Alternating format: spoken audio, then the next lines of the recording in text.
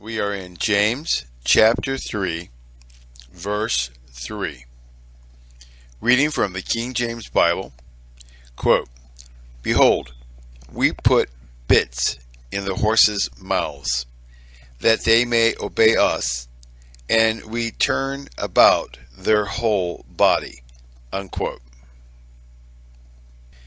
Now, I could read other translations and a literal translation of the Bible of this verse.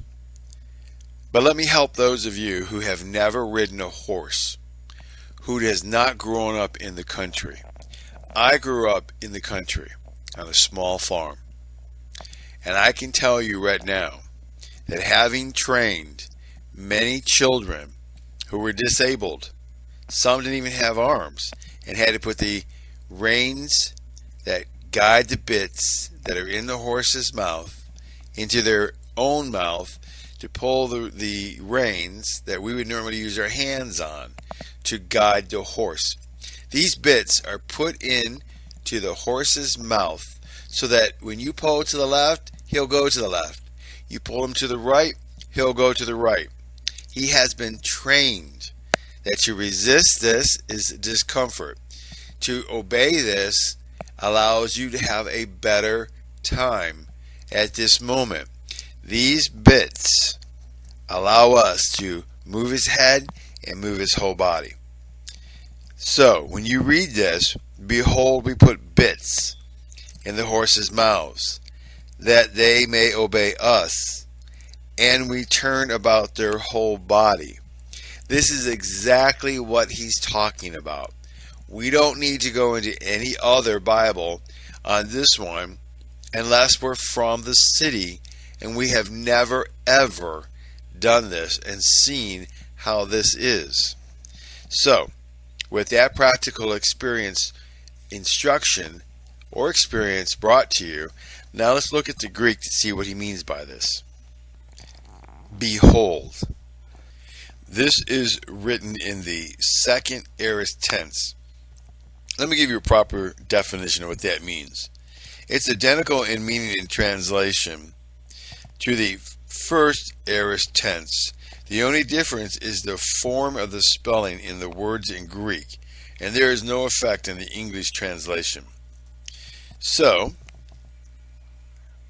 this means that the tense is characterized by its emphasis on the action.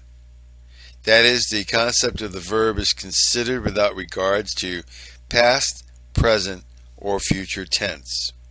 This is done 459 times in the second aorist active imperative verb in the New Testament. So in no regards to past, present, or future. Now, it is also written in the active voice, which represents the subject, you, or whoever's talking about, as the doer or performer of the action. And it's written in the imperative mood, which corresponds with the English imperative, expresses a command to the hearer to perform a certain action by the authority and the order of the one commanding. So, let's look at this. It says, behold, continuing on, we put is parsed out in the Greek as in the present tense, so it's a reality that's now. It's an active voice, which means that you're the subject or doer of the action, and it's an indicative mood, which just means a simple statement of fact. So behold, we put bits in the horses' mouths, that they may obey. Let's parse out may obey. That's written in the present tense, simple statement of fact, passive voice, which represents the subject as being the recipient of the action, and it's in the infinitive mood. In most cases, responds to the English infinitive, which basically means, remember, we're putting either a to in before it, to. So, may obey, continuing, us, and we turn about. This Greek word metago, we turn about, is only used one time in the King James Bible. It's written in a present tense, so they're talking basically about now. It's in the active voice, which represents the subject as the doer, the performer of the action, and as an indicative mood, which means it's talking about a statement of fact. Continuing, we turn about their whole body. That ends the parsing of the Greek on this. Now we're going to read John Gill's commentary of the Bible on this. This is what I find hilarious about this commentary, is that John Gill is writing this with horses as being the only main transportation. So in other words, every person has experience with the bits in the horse's mouth. This verse is, well, yeah, duh, anything you want to use in our common phrases to mean like, yep, this is a fact, this is what happens.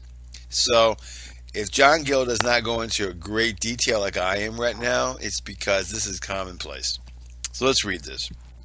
Quote, "Behold, we put bits in the horses' mouths," unquote. By this and the following similitude, the apostle not only expresses the smallness of that member of the body, which is like the bit in the horse's mouth and the helm of a ship, but the good use of it and the great influence it has over the whole body. Horses are without understanding and need direction in what path to go, and are strong, and would be truly and ungovernable unless bits and bridles were put into their mouths. Quote, "that they may obey us," unquote, "and go in the way we would have them," quote, "and we turn about the whole body," unquote, "of the horse this way and that way, as is thought best by the help of the bit and bridle, and of such use is the tongue to the natural body, that being bridled itself bridles, directs, and governs the whole body, and its influence on bodies and societies of men and Christians is like that of the bit in the horse's mouth, who, like horses, would be unruly and ungovernable, were it not for the force of language, the power of words, and the strength of argument," unquote. That ends John Gill's commentary of the Bible on James, chapter 3, verse 3.